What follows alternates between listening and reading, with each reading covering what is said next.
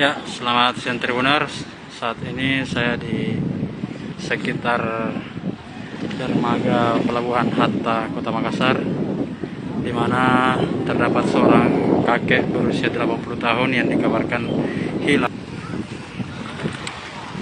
Jadi seorang kakek berusia 80 tahun bernama Simon, warga Jalan Kapoposang, itu dikabarkan hilang saat berenang di samping dermaga dari Kafe Opsa ataupun di sekitaran pelabuhan Peti Kemas Hatta, Kota Makassar.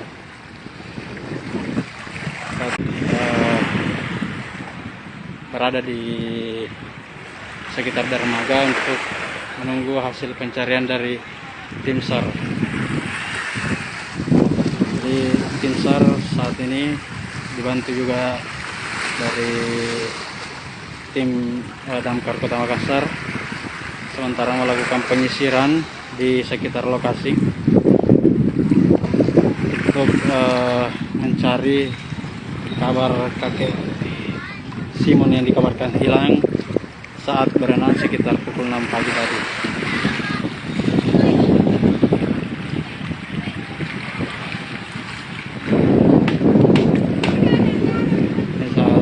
Di lokasi saat ini masih sementara dilakukan pencarian. Kerabat dari keluarga Simon.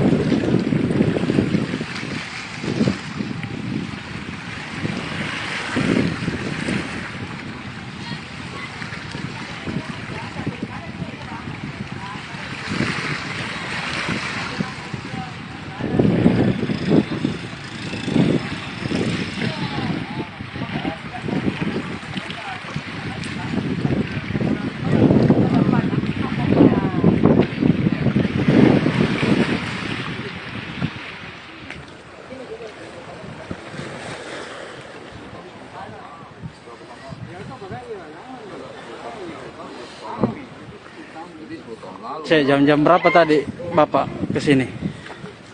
Sekitar jam-jam berapa tinggalkan rumah? Saya enggak tahu karena dia sendiri tinggal. Oh, tinggal sendiri. Tapi sering memang kesini berenang? Sering. Untuk ini ya, terapi kesehatan begitu ya? Ya dia memang suka olahraga tuh, suka berenang.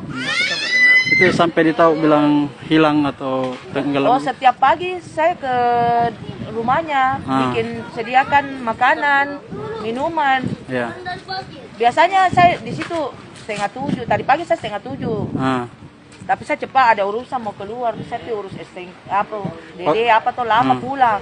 Waktu 6:30 itu ke rumahnya dia sudah ada. Oh, sudah kesini. Kesini karena dia selalu 5:30. Jam 5 lewat biasa 5:30 sudah tinggalkan rumah pergi berenang.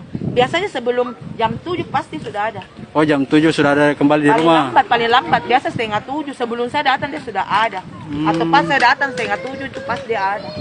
Biasanya 6:30 paling lambat jam 7. Jadi tadi saya datang 6:30 dia tidak ada. Saya pas mau keluar anakku mau pergi makan. Sudah itu saya pergi urus dede lama kak di Samsat ganti dede. Sudah itu pergi pasar, pergi beli obat. Saya mau pulang masak jam 11. Kenapa masih ada susunya?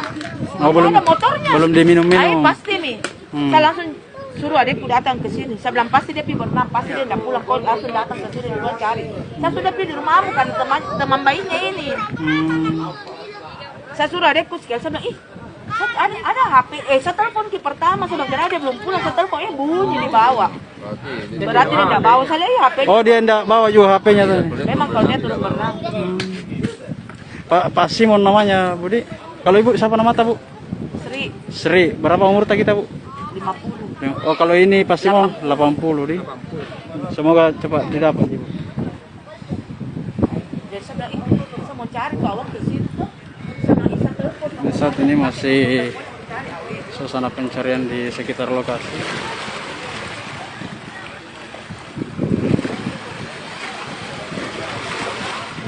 Belum ada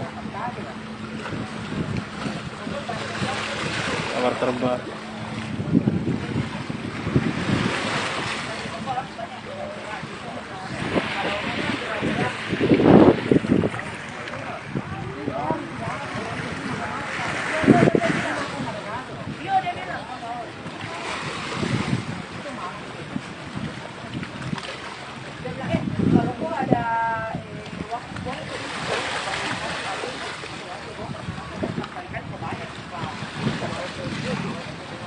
Oke Tribuners, demikian dulu live kita siang ini terkait pencarian kakek Simon yang dikabarkan hilang saat berenang di dekat dermaga pelabuhan Hatta Kota Makassar ataupun di sekitar kafe Popsa.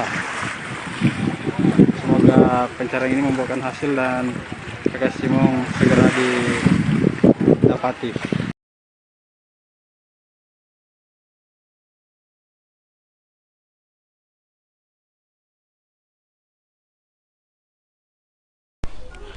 Assalamualaikum warahmatullahi wabarakatuh Tribuners. Saat ini kita sedang berada di Desa Bialoh, Kecamatan Gantarang, Kabupaten Bulukumba. Jadi terjadi kasus pembunuhan di Kabupaten Bulukumba, khususnya di Desa Bialoh ini, yang kejadiannya terjadi di lahan persawahan. Ini adalah orang tua korban dan ini adalah adik korban. Jadi korban bernama Agus Riyadi, yang ditemukan oleh keluarganya dalam keadaan kritis. Beberapa luka ditemukan di bagian tubuhnya seperti di bagian belakang kepalanya. Juga ada luka tikaman ya. Ada juga luka bekas parang di bagian tubuhnya. Dan ini adalah orang tua korban.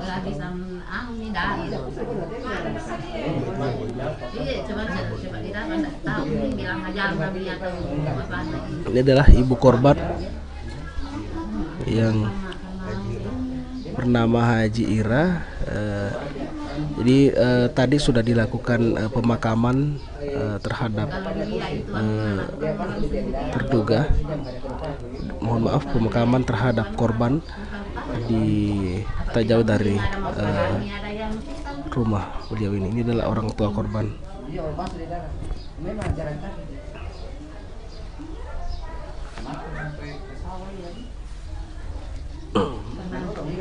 Di situ ada di batas tanah juga tuh. Ada di situ bahan jalan tanah. Karena banyak rumah di sana. Dekatnya di kampung.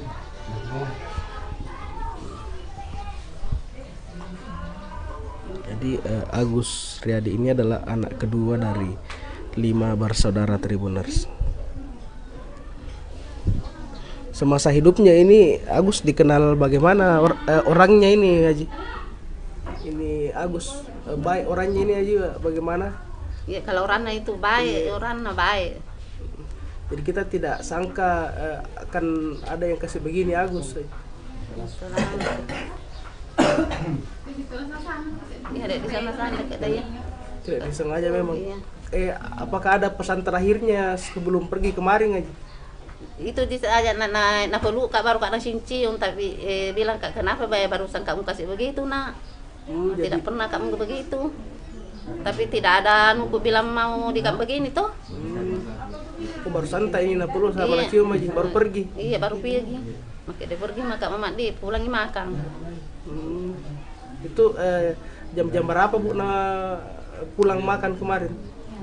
Begitu jam-jam 10 kapan? 10. Iya.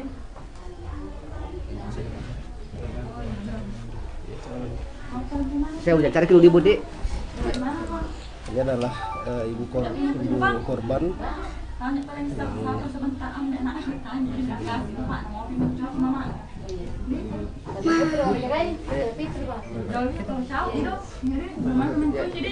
Bisa dijelaskan terkait dengan apa namanya kehidupan seharinya ini anak, nah, seperti apa melihat ini, apakah memang ada pesan-pesan terakhirnya sebelum meninggal? Iya.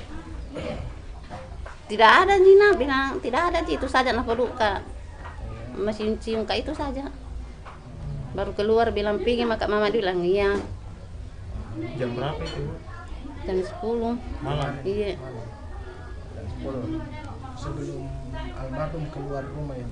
Iya. Tidak ada pesan Tidak ada. Iya. Kapan kita tahu anak tak jadi korban? Ada yang kasih tahu Ki, ya, ada yang datang itu temannya yang temukan itu, bilang anak tak di sana berdarah. Ya. penuh darah Iya. di tengah sawah itu. Iya tengah sawah jadi pergi itu bapaknya dibonceng. Pergi bapaknya ke sana dibonceng. Ada masalahnya di anak dengan Ya memang tidak bakuan memang ki. Iya. ada masalah nih. Iya, bukan hanya itu saja yang korban, bukan biar saya tidak baku mentong kak itu, biar kakak. Iya. Ada mentong masalah dari dulu tuh dari anak-anak ini, anak kecil ini. Itu sejak kapan Bu ada perselisihan? Lama. Iya lama mi itu lama mi. Setahun yang lalu tuh beberapa bulan lalu. Sampulan dirawat di berapa bulan itu adik? Jadi berapa umurnya yang meninggal anak? Iya 22. 22 tahun. Iya. Namanya siapa itu anak? Agus Riyadi. 22 tahun nih.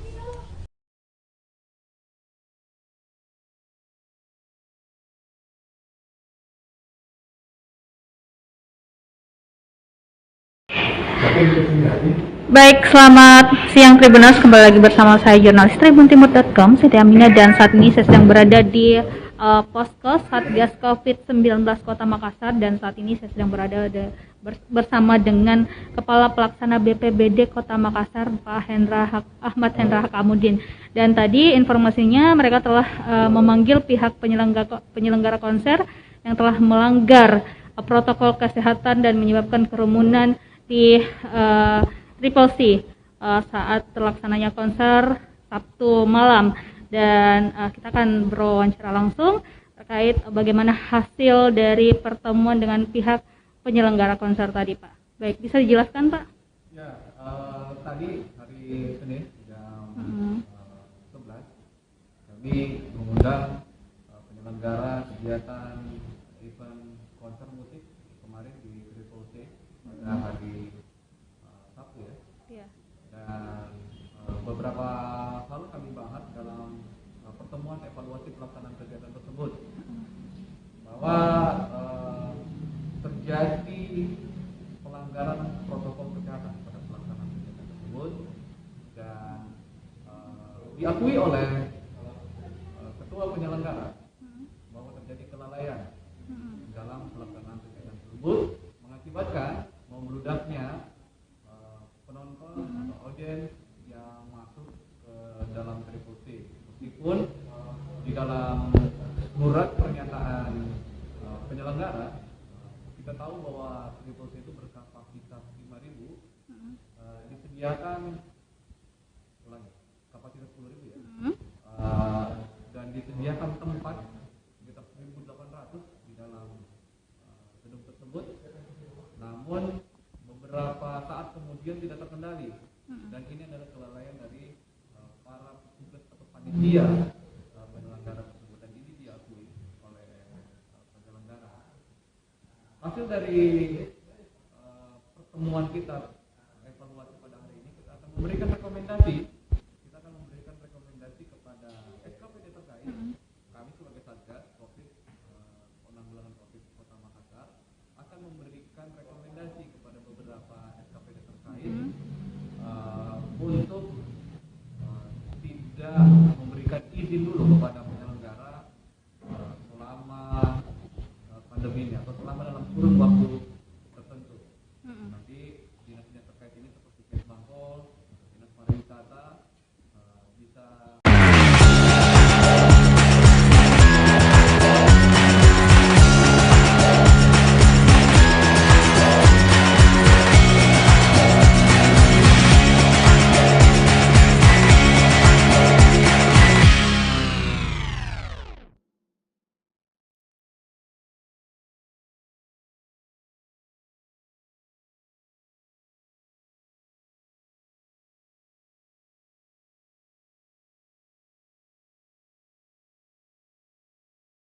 Halo, selamat pagi Tribuners. Saat ini sedang berlangsung kunjungan Menteri Pertanian RI Bapak Syahrul Yassin Limpo di kawasan pertanian terpadu yang ada di Kelurahan Mecanang, Kecamatan Megauleng, Kabupaten Wajo.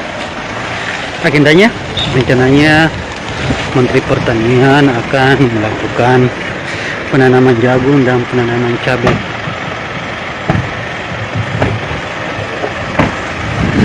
Menteri Pertanian Republik Indonesia beserta rombongan di lokasi integrated farming Kelurahan Macanang, Kecamatan Majolo, Kabupaten Wajo, Provinsi Sulawesi Selatan.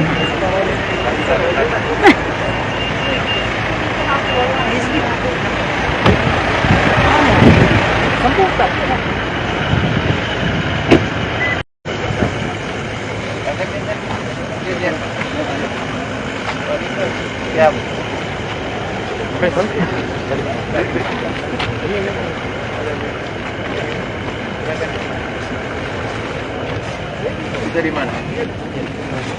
Kita sekarang berada di 47 hektar. Lahan sekitarnya berapa?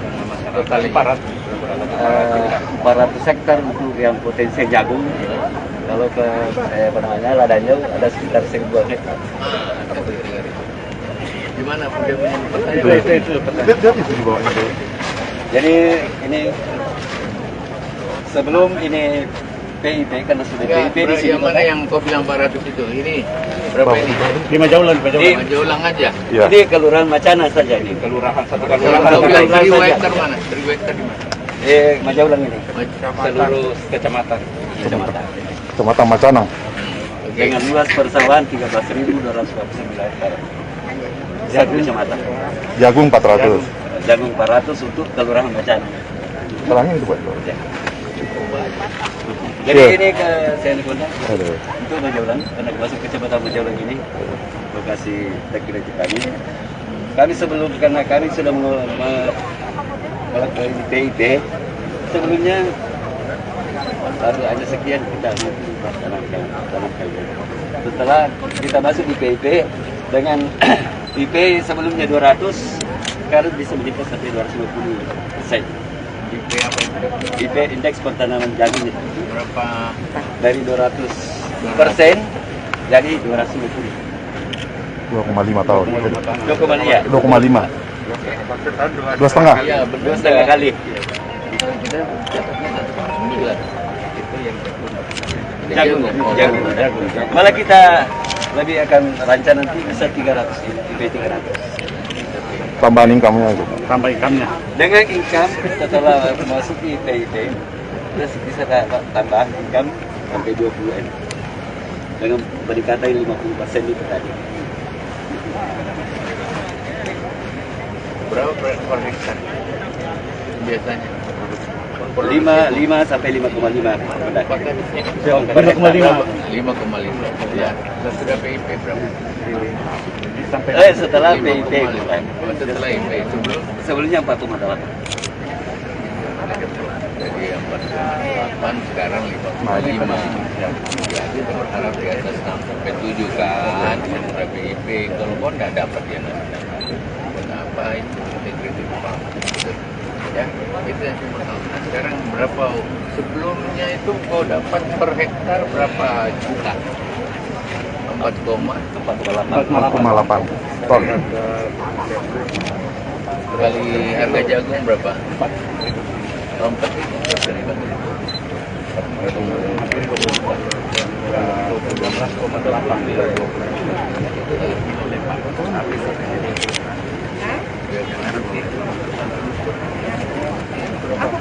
Sekitar 40%. 8 juta.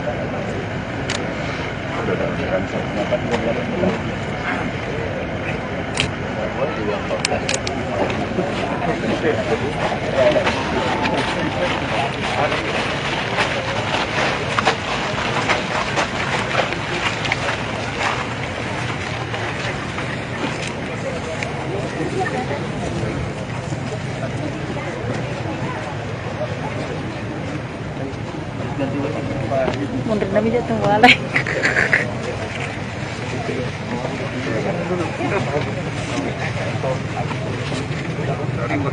Benerin nabi dia tarik deh.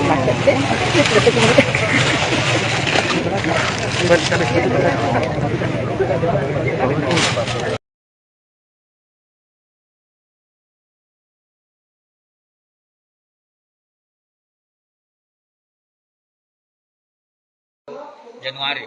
13 menjadi 22 kasus DBD. Infonya ada yang meninggal, Dok, 1 orang.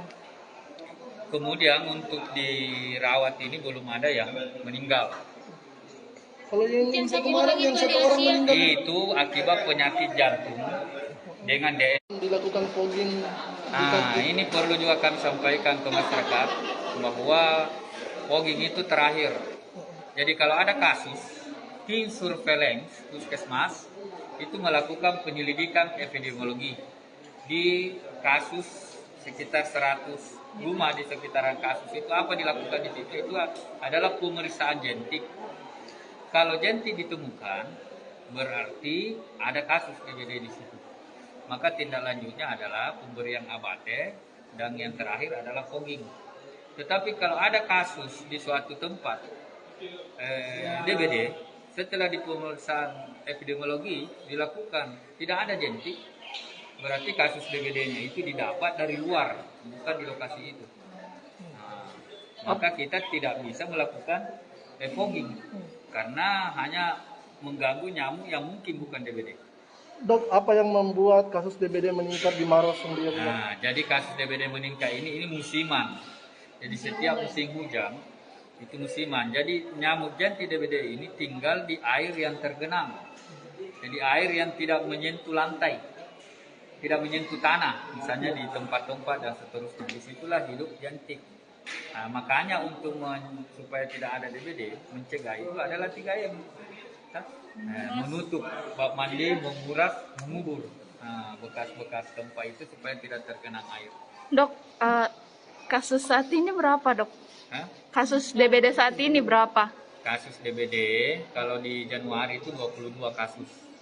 Di Februari alhamdulillah mudah-mudahan tidak bertambah, cuma 1 kasus. Artinya 23 sekarang? Iya, 23. Dok, di tahun 2022. Yang terkena DBD ini dari mana, Dok? Dari terkena DBD ini merata di setiap kecamatan.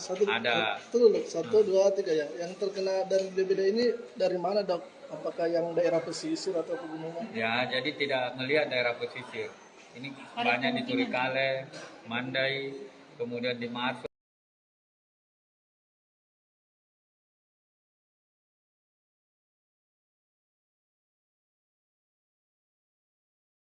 Simbol ya, tutup muka baru diikat di atas ya. Nah, seperti ini akun-akun Amriah. Jadi kami masyarakat adat Kajang merasa dirugikan ya, terhina dengan adanya akun Amriah yang mengupload media sosial ya terkait dengan mempergunakannya simbol tutup kepala seperti pocong. Jadi ini kami merasa bahwa adat Kajang ini dengan simbolnya ini merasa bahwa sudah mati adatnya. Ini ada simbol yang kami sangat terhina. Selaku masyarakat adat Kajang merasa terhina, dan kami akan mengawal kasus ini sampai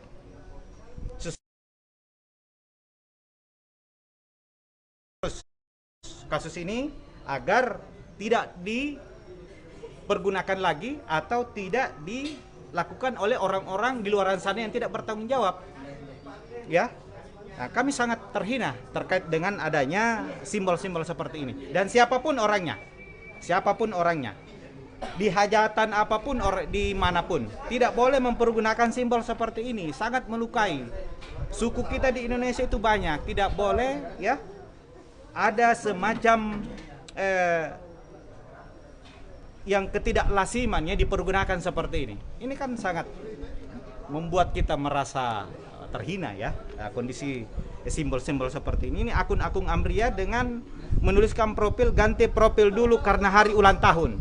Nah, kebetulan memang kemarin Bulukumba ulang tahun ya, hari ulang tahun Bulukumba. Nah, di sini tetapi ini kita tidak terkait dengan persoalan politik. Ini murni kami melaporkan ya Amriah mempergunakan akun yang ada simbol seperti pocong.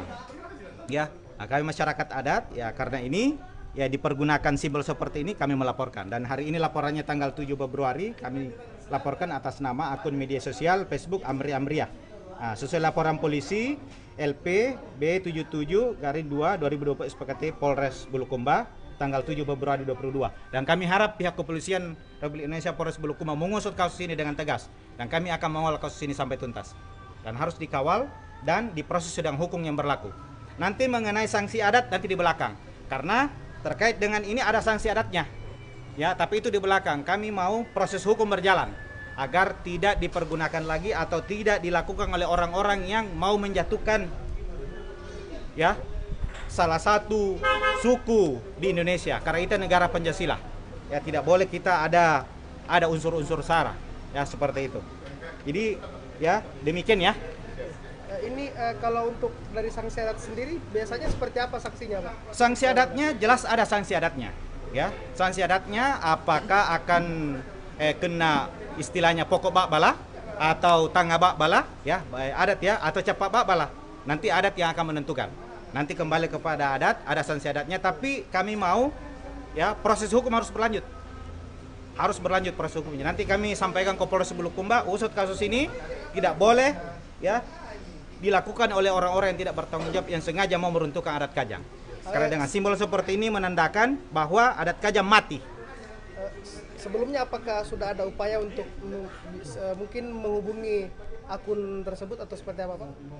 Itu nanti kami serahkan kepada Polres Kepolisian Republik Indonesia Polres Bulukumba untuk mengusut kasus ini, terutama kepada unit tindak pidana tertentu Tipiter ya, untuk mengusut kasus ini dan dipanggil. Dan mengenai permohonan maaf itu di belakang, yang jelasnya proses ini harus berjalan, proses hukum harus berjalan karena laporan kami sudah masuk ya, diproses dengan hukum yang berlaku.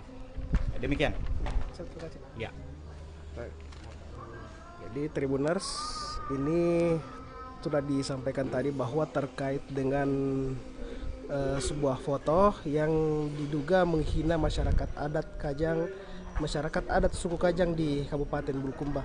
Jadi menurut mereka songkok pasapu ya layaknya seperti ini Tribuners. Namun yang tampil tadi disebut menghina masyarakat adat karena seperti wujud pocong Tribuners. Ini tadi kita lihat dan padahal simbol masyarakat adat seperti pasapu seperti ini, ya, seperti ini, bukan model pocong. Sehingga mereka meminta pihak kepolisian untuk memproses kasus ini karena agar tidak terjadi pelecehan terhadap suku manapun di Kabupaten Bulukumba bahkan di Indonesia. Baik, terima kasih banyak Tribuners. Itulah laporan kami dari Polres Bulukumba. Assalamualaikum warahmatullahi wabarakatuh.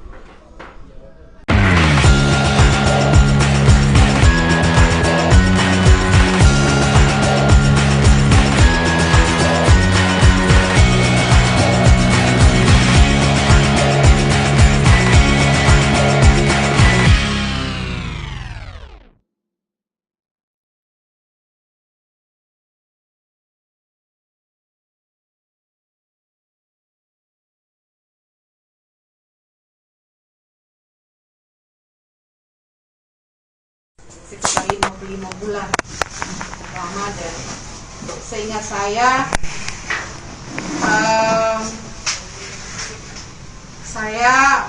kami membahas kasus ini di WhatsApp internal tertutup, dan ini terkait dengan penutupan registrasi yang saya ingat. Dan lalu kemudian dari hasil dialog tersebut itu di screenshot, lalu kemudian itu dilaporkan. Kemudian yang saya ingat lagi adalah seminggu sebelum saya dilantik menjadi wakil dekan 1, saya waktu sudah dilamar, sudah mendapat dan dilamar oleh dekan terpilih saat itu, dilantik menjadi dekan 1, dari surat tersangka itu datang di ruangan saya. Waktu itu saya menjadi ketua jurusan ilmu komunikasi dan dibawa oleh penyidik yang ketiga. Dan kemudian yang saya ingat lagi adalah aksi Kamisan. Ya, jadi ketika masalah ini bergulir, saya kemudian meminta bantuan ya secara eksternal kepada teman-teman di LBH, Pak Stupa, lalu kemudian juga dibantu oleh Aliansi Jurnalis dan Kebebasan Berekspresi oleh KUPI Asmaradana. Kemudian kita melakukan aksi kamisan, di mana kemudian aksi kamisan ini mempunyai dua tujuan. Yang pertama adalah memperjuangkan masalah yang saya hadapi, kemudian yang kedua tuntutan kami dalam merevisi Undang-Undang ITE. Dan kemudian 2 tahun berlalu itu perjuangan yang kami lakukan itu cukup panjang ya, dan saya justru banyak mendapatkan support secara eksternal ya dari teman-teman LBH, kemudian Aliansi Jurnalis dan Kebebasan Berekspresi, kemudian juga KUPI Asmaradana ya, dan termasuk juga ada Sofyan, ada Zahra yang setiap Kamis sore kita melakukan aksi kamisan. Dan saya juga disupport oleh Komnas Perempuan, Mbak Olan, dan terima kasih Mbak Olan yang juga sudah bermediasi, kemudian juga Cengs, Mbak Ori, dan kemudian teman-teman kita Koalisi Indonesia Kebebasan Akademik. Jadi 2 tahun ini jadi tersangka ini banyak sebenarnya yang suka dukanya ya. Tapi satu hal yang saya dapatkan pada masalah ini adalah saya justru mendapatkan banyak kekuatan, mendapatkan banyak support dari teman-teman, dan menjadi bersemangat lagi. Dan alhamdulillah 3 Februari kemarin itu SP3 sudah kami dapatkan dan langsung dijemput oleh Pak Asis Dupa dari LBH. Dan alhamdulillah sebagai makhluk Allah ya, pastilah kita bersyukur. Alhamdulillah, puji syukur kita panjatkan ke Allah. Saya akhirnya kemudian menemukan kebenaran ya, bahwa kebenaran itu tidak akan pernah sirna, dan pasti kebenaran itu pasti akan menjadi pemenangnya ya. Dan alhamdulillah itu yang ucapan yang sering saya ucapkan ketika teman-teman mengatakan selamat ya Bu.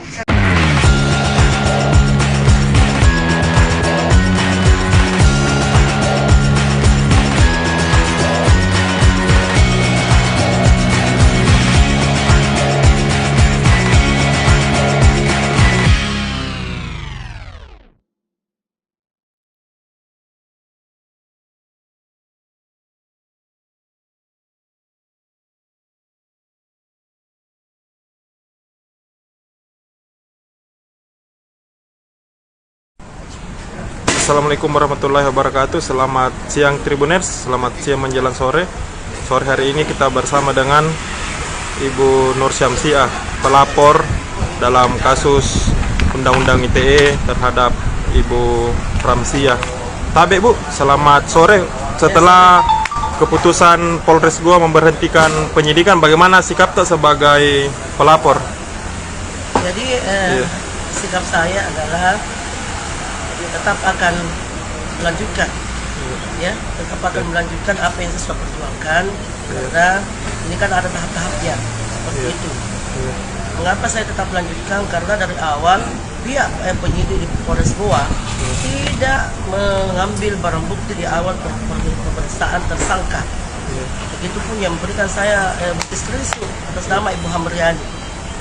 Seperti itu. Harusnya kan dia mengambil itu barang bukti dari awal, karena itu kan harus dicantumkan. Pertanyaan saya ada apa? Kenapa tidak diambil barang bukti itu dari awal itu? Kenapa tidak? Nah, itu yang pertama-tama. Sejak kapan diterima kabar penghentian penyidikan ini, Bu?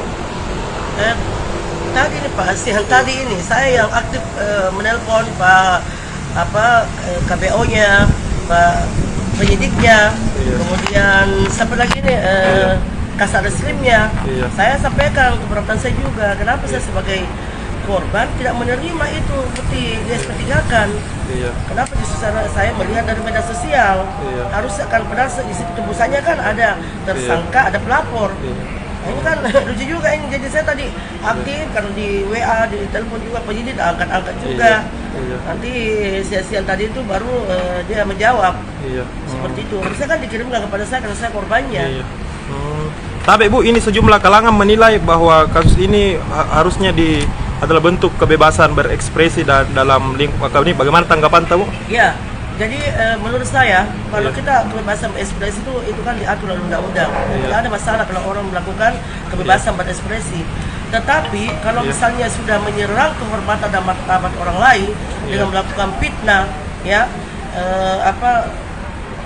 tuduhan yang sangat keji dan sangat kejam, misalnya saya dikatai sumber masalah, ya seperti itu. Kemudian melibatkan suaminya dalam hal yang sama, ini sudah masuk masuk juga suami saya kayak begitu. Dan yang tersangka itu sudah pernah menyampaikan di rapat perdamaian Dekan bahwa saya pribadi dan keluarga minta maaf kepada Kak Jamal karena kami kan kenal. Seperti itu, berarti dia akui kata-katanya itu. Dan saya bilang, kenapa saudara bicara sembarangan di WA, katanya kebebasan berekspresi. Kenapa bicaranya seperti itu? Dan saya begini jawabannya, saya tidak tahu kenapa saya ikut-ikutan sambil dia menangis di ruangnya Pak Dekan yang disaksikan oleh Wakil Dekan 1 dan Wakil Dekan 2, juga ipar saya Prof. Nasution yang dipanggil sebagai saksi pada waktu itu. Apa ada upaya misalnya diselesaikan di lingkup kampus saja misalnya Bu, atau seperti apa Bu? Jadi sebenarnya saya pernah sampaikan nanti juga saya akan kirim saudara. Sebenarnya kalau permintaan maafnya itu sudah berkali-kali. Makanya saya tanya juga, ini orang kok merasa benar begitu ya, kenapa selalu minta maaf?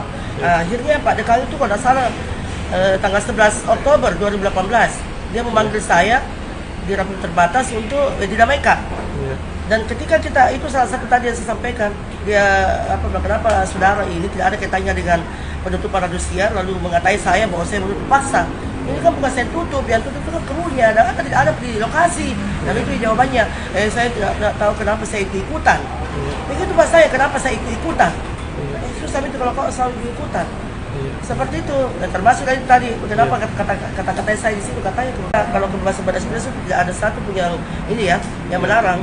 Tapi kalau sudah mengata-ngatai kita bisa sumber masalah, melibatkan mahasiswa, security, pegawai, kemudian melibatkan suaminya, ya, kemudian saya dibilangin lah juga.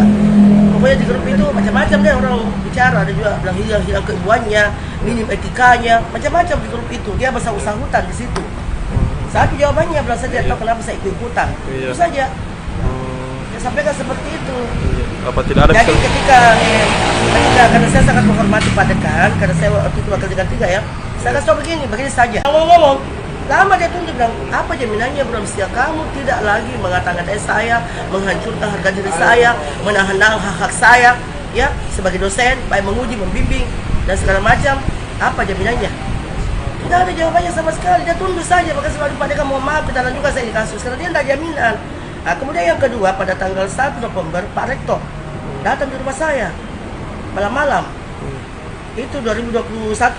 Itu dia minta juga didamaikan. Saya begini Pak Rektor, pernah Pak Dekan mendamaikan. Saya minta jaminannya apa Pak? Karena sampai hari ini, bayangkan Pak ya, saya ditahan mata kuliah saya diambil. Mata kuliah saya minus dari seluruh dosen, hanya mata kuliah yang minus. Ya, makanya saya bilang apa jaminan Ibu Ramsia ketika dipertemukan Pak Dekan untuk tidak lagi menyakiti saya. Ini hak saya sebagai dosen. Apa masalahmu sehingga kau harus ini, karena kalau jabatan itu harus disumpah. Tidak boleh, harus tetap kasih. Suka tidak suka, harus tetap tahun. Ya, pangkat saya 4B. Justru yang dosen LB, dosen non-PNS lebih banyak dikasih apa menguji membimbing daripada ini. Makanya saya pernah kasih Ramsia, kenapa kau tidak kasih menguji membimbing? Kenapa cuma tas 1 begitu? Ini kan masa dosen senior lebih hebat daripada dosen non-PNS lebih daripada dosen senior. Banyak sekali yang saya rasakan itu ketidakadilan di fakultas. Bagaimana hak saya dan Pak Rektor? Ya, Pak Rektor itu ketika 16 November dia temui lagi di Kempis. Malam itu dia bawa, depan itu bilang ada Ibu Ramsia dengan Sobe di luar. Bentar dulu Pak, saya mau jaminan dulu Pak. Karena berkali-kali didamaikan tidak ada jaminan, yang bersangkutan tidak bisa menjamin dirinya bersama kelompoknya. Gitu deh. Akhirnya tanggal 16 November di Kempis, Pak Rektor itu mendatangi lagi saya, memanggil lagi saya, supaya bagaimana caranya bisa berdamai. Jadi saya bilang, apa jaminannya Pak Rektor? Bisakah dakwah kondusif? Bisakah saya tidak diperlakukan lagi seperti itu?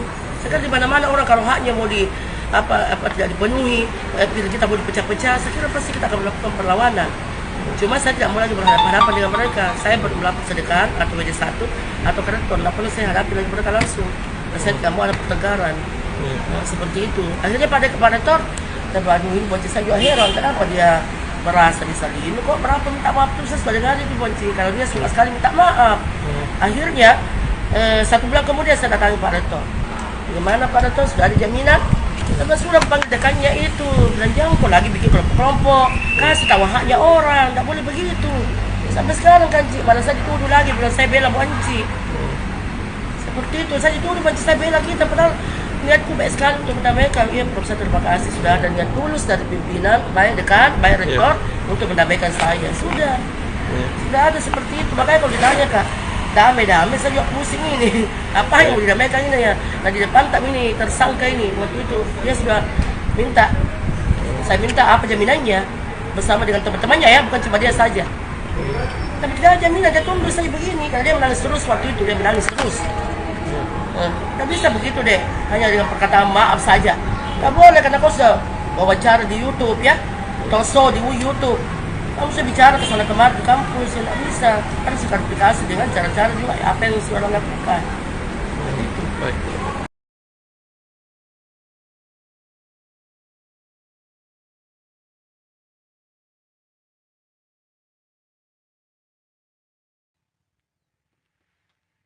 Halo, selamat siang Tribuners. Di depan saya ini merupakan hamparan sawah milik petani yang ada di Desa Muktijaya, Kecamatan Bebunta Selatan, Kabupaten Luwu Utara, Provinsi Sulawesi Selatan.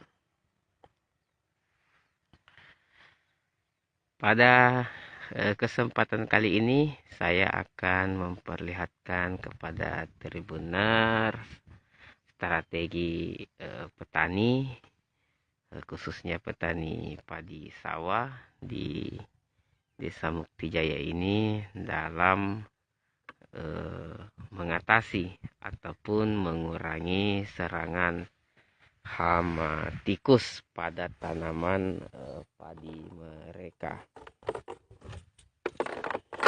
Jadi petani di sini Tribuners menggunakan plastik untuk memagari tanaman padi mereka. Jadi plastik tinggi kira-kira 1 meter ini digunakan oleh petani di sekeliling lahan persawahan mereka. Di tujuan pemasangan plastik ini salah satunya adalah untuk mencegah, mengatasi ataupun mengurangi daripada serangan hama tikus maupun burung, di mana serangan hama tikus merupakan salah satu momok bagi petani sawah pada umumnya, termasuk di Desa Muktijaya ini.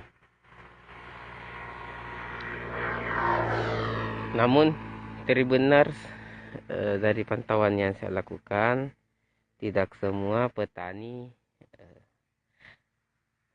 menggunakan plastik untuk memagari lahan persawahan mereka, karena memang jika menggunakan plastik ini tentunya akan menambah biaya produksi daripada tanaman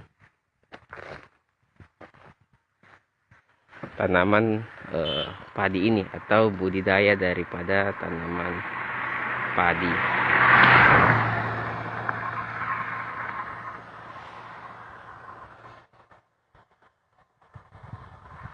Jadi di Desa Muktijaya ini Tribuners merupakan salah satu desa yang dihuni oleh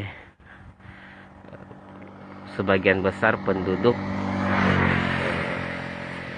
eks-transmigrasi. Jadi di Desa Muktijaya ini penduduknya ada yang berasal dari Bali, ada juga Jawa dan Bugis maupun penduduk pribumi Tanah Luwu sendiri. Di desa ini selain bertani sawah, warga juga menanam ada kelapa sawit, kemudian kakao, jagung, hingga tanaman nilam.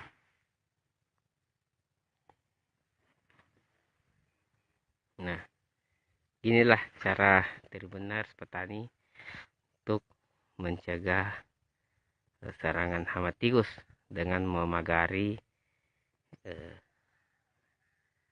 tanaman mereka dengan menggunakan plastik mengelilingi lahan persawahan. Saat ini sendiri Tribuners, meskipun petani sudah menanam padi, namun debit air sangat berkurang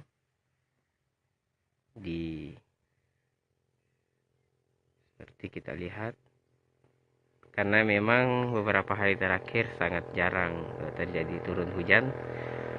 Kalaupun hujan, intensitasnya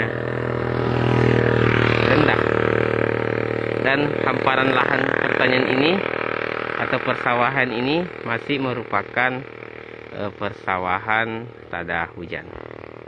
Oke, Tribuners, demikian untuk video kali ini.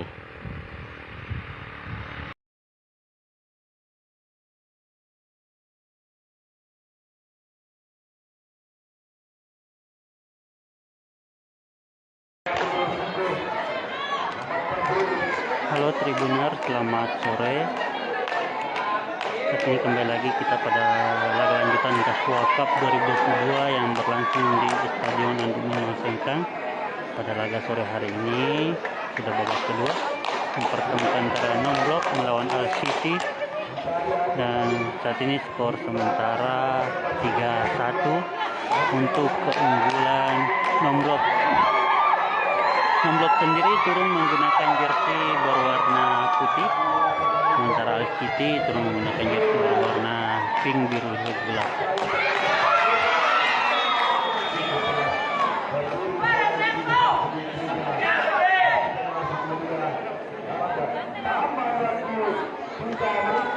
Ya, 3 menit tambahan waktu pada akhir babak kedua ini.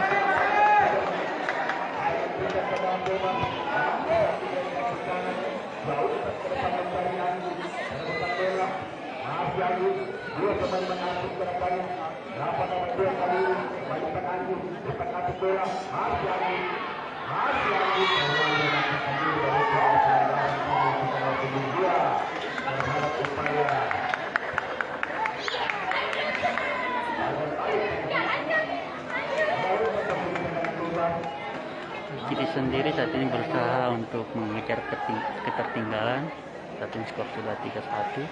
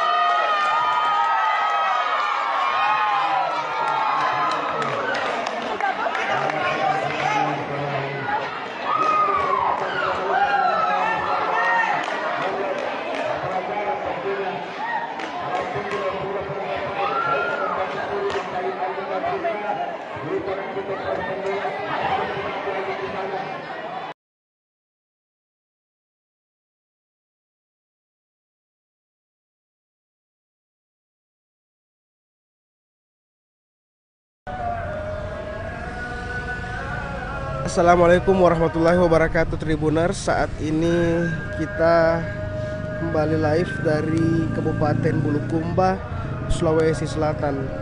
Jadi ini adalah suasana alun-alun di Kota Bulukumba Tribuners, di Bundaran Pinisi Bulukumba. Jadi arus lalu lintas Senin Februari 2022 ini terpantau lancar Tribuners, dan beberapa titik Kabupaten Bulukumba terpantau lancar Tribuners. Jadi kita lihat Tribuners, ini adalah Bundaran Pinisi yang menjadi maskot dari Kota Bulukumba atau Kabupaten Bulukumba. Ini adalah pertanda bahwa disinilah kapal pinisi yang telah menyeberangi samudra, bahkan hingga telah sampai ke Madagaskar, dibuat di Kabupaten Bulukumba. Jadi maskot perahu pinisi ini berada di Bundaran Pinisi Bulukumba. Jadi pinisi ini adalah dengan ciri khas dua tiang seperti ini Tribuners. Ini berada di pusat Kota Bulukumba, tepatnya di Kelurahan Bentenge, Kecamatan Ujung Bulu Tribuners. Ini kita bisa lihat arus lalu lintas di Kabupaten Bulukumba pada siang hari ini terpantau lancar Tribuners. Jadi di seberang Bundaran Pinisi ini adalah kantor Bupati Bulukumba Tribuners. Jadi ini adalah kantor Bupati Bulukumba. Di depan kita ini adalah kantor Bupati Bulukumba Tribuners. Nah, di sampingnya ini adalah rumah jabatan Kapolres Bulukumba.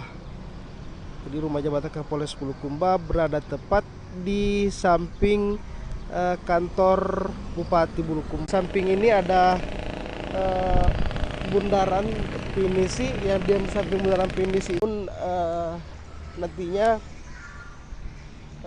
wisata kuliner yang berada di lapangan Pemuda Bulukumba ini akan dipindahkan Tribuners ke kawasan Pantai Merpati Bulukumba yang saat ini masih dalam proses penyelesaian konflik dengan warga yang bermukim di sana, karena masih banyak warga yang masih enggan untuk meninggalkan lokasi tersebut, padahal rumah mereka telah ditertibkan oleh pemerintah daerah. Ini adalah ikonnya Tribuners. Di sini ada air mancurnya, tapi ya mungkin untuk menghemat listrik Tribuners ya, jadi tidak diaktifkan Tribuners. Jadi ini hanya data, namun ya kita lihat bagian airnya yang kita lihat Tribuners ini. Begitupun di dalam Tribuners kita lihat, karena sirkulasi airnya tidak bergerak, sehingga memang berpotensi untuk banyak lumutnya ya. Nah, inilah Tribuners, kita lihat lebih dekat penampakan Bundaran Pinisi. Ini adalah jalur Kebira. Jadi kalau dari arah Kota Makassar di perempatan Teko belok kanan, ini tembus ke sini, kemudian terus lagi ke sini dan belok kiri di sini. Di sini adalah jalan menuju Pantai Tanjung Bira yang jaraknya sekitar 30 kilo ya. 30 km dari ibu kota Bulukumba di Kecamatan Ujung Bulu ini. Baik Tribuners, beginilah kondisi terkini di alun-alun Kota Bulukumba. Kita melihat kondisi arus lalu lintas juga terpantau lancar. Kemudian kita juga melihat lebih dekat penampakan Bundaran Pinisi Bulukumba yang berada di alun-alun Kota Bulukumba ini. Baik, terima kasih banyak Tribuners telah menyaksikan video ini. Tetap jaga kesehatan, jaga jarak, hindari kerumunan.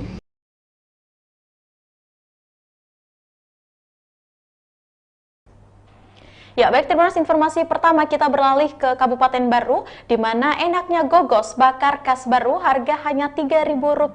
Bagi Anda yang melintasi Kabupaten Baru, Sulawesi Selatan, jangan lupa mampir mencicipi kuliner gogos bakar khas Baru, di mana gogos bakar khas Baru ini merupakan salah satu kuliner tradisional yang terbuat dari ketan dibungkus daun pisang, kemudian dipanggang di atas bara api hingga matang dan mengeluarkan aroma wangi. Penjual gogos bakar khas Baru ini berlokasikan di Jalan Poros Baru, Parepare, tepatnya di Kampung Jalange, Desa Malawa, Kecamatan Malusetasi, Kabupaten Baru, Sulawesi Selatan. Di Kampung Jalange ini terdapat puluhan stan lapak gogos bakar yang siap menjamu para pengunjung. Untuk informasi lebih lengkapnya kita sudah terhubung bersama dengan reporter Darullah. Halo, selamat siang rekan Uul. Ya, siang. Baik, bisa Anda informasikan apakah banyak peminat gogos bakar khas Baru ini, khususnya di Kabupaten Baru? Ya, benar-benar diinformasikan bahwasanya peminat gogos bakar atau makanan peminat Baru ini hanya masyarakat Baru saja yang biasa memborong kuliner tradisional khas Baru ini, tapi banyak juga warga-warga atau masyarakat dari luar daerah, seperti daerah Sulbar yang hendak ke Makassar itu biasanya tinggal di penjual gogos ini, karena penjual gogos ini tepatnya penjual gogos bakar ini di Jalan Trans Sulawesi. Ya, senang. Ya, baik. Penjual gogos bakar buka mulai jam berapa dan sampai jam berapa, rekan Uul? Ya, terima kasih. Bagi Anda yang hendak menikmati gogos bakar khas Baru ini, jangan takut untuk habisan ya, karena gogos bakar ini bukanya 24 jam. Jadi selama 24 jam penjual tetap melayani pembeli di gogos bakar ini. Ya, baik rekan Uul, terima kasih untuk informasi lengkap yang telah Anda sampaikan. Selanjutnya Tribuners, kita akan menyaksikan hasil wawancara langsung yang telah dihimpun oleh wartawan kami bersama dengan salah satu penjual gogos bakar di Kabupaten Baru, ada Ibu Ina Wahyuni. Berikut liputannya untuk Anda. Hitam sama putih. Kalau yang pakai abon itu yang mana? Yang hitam atau yang putih? Putih. Terus mengenai harganya sendiri, antara yang gogos hitam dan gogos putih itu sama. Cuma rasanya saja yang beda ya. Iya. Berapa per itu harganya? Berapa per gogos harganya? 3.000 per satu gogos. Kalau untuk produksi tas sendiri berapa diproduksi per hari? 6 liter. 6 liter. Itu 6 liter sudah gogos putih dan gogos dimakan begini saja atau dicampur biasa sama orang makan? Itu dicampur sama apa biasa kan? Oh, sama telur. Kalau yang paling banyak itu orang dari mana yang singgah di sini membeli? Sudah ditanya juga. Bu, yang dikasih masuk itu di dalam dekat apa? Yang bagus. Oh. Namun ikan. Bu, siapa nama Kak? Ya, itulah tadi hasil wawancara yang telah dilakukan oleh reporter kami, dan terima kasih rekan Darullah yang melaporkan langsung dari Kabupaten Baru untuk informasi Anda, dan selamat bertugas kembali. Baik, Tribuners, kita melangkah ke informasi berikutnya, di mana sidak Kapolres Palopo tes urin anggota seusai jeda berikut.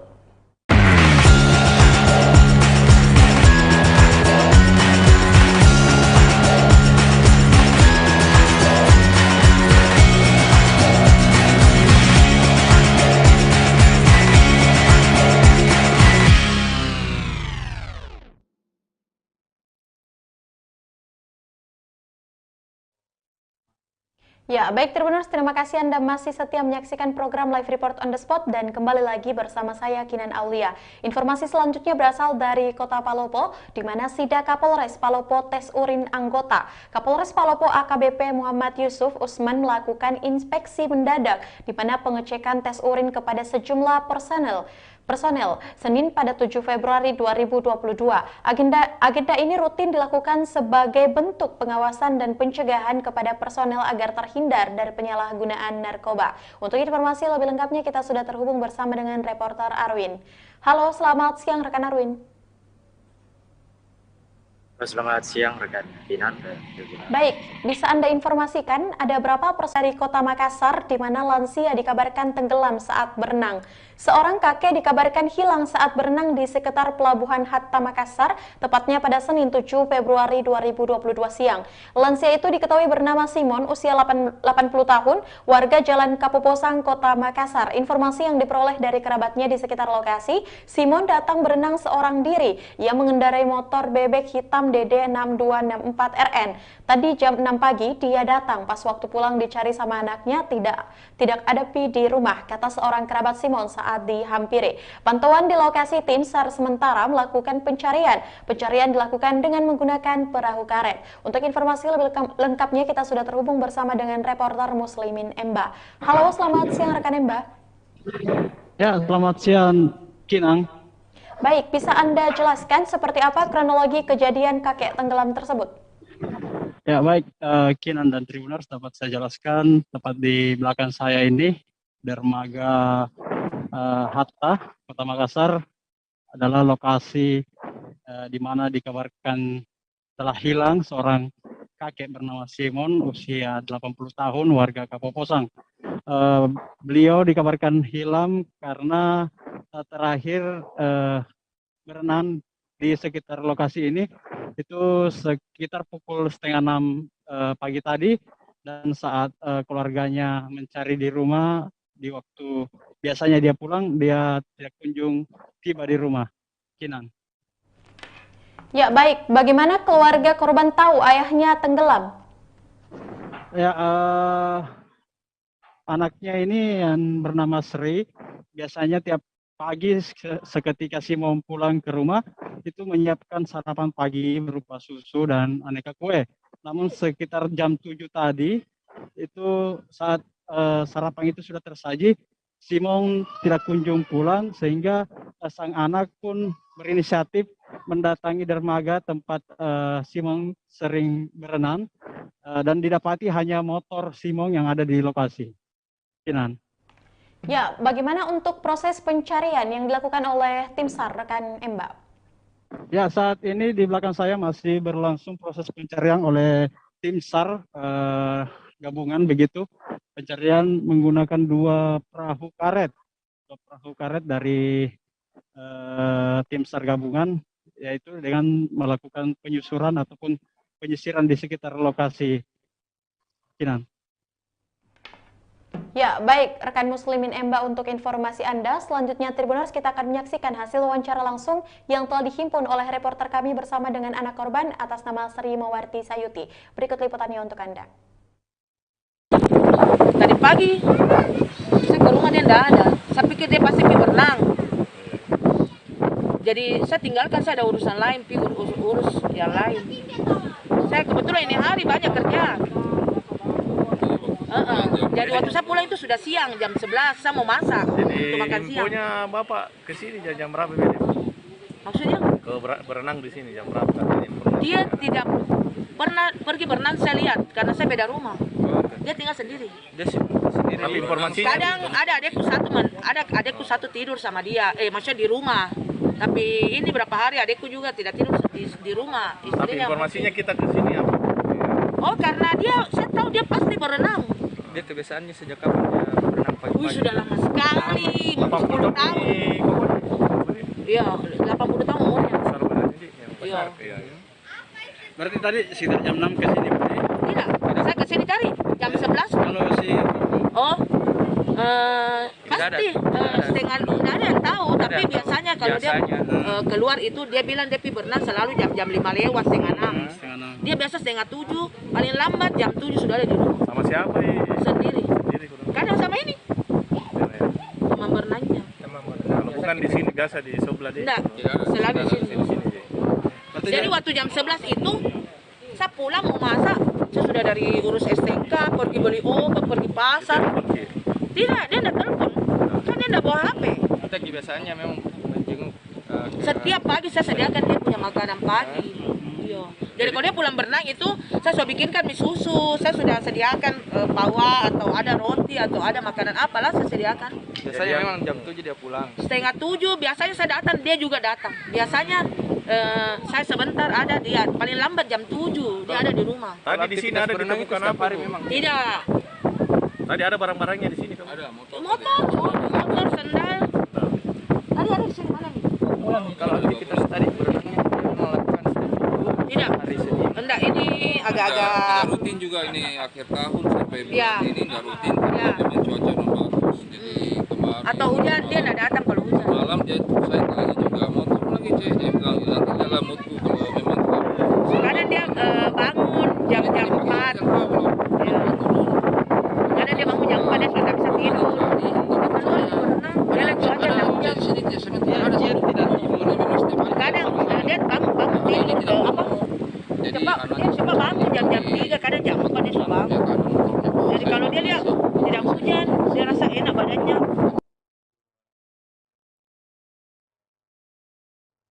Ya, itulah tadi hasil wawancara yang telah dihimpun oleh wartawan kami, dan terima kasih rekan Muslimin Emba yang melaporkan langsung dari Kota Makassar untuk informasi Anda, dan selamat bertugas kembali.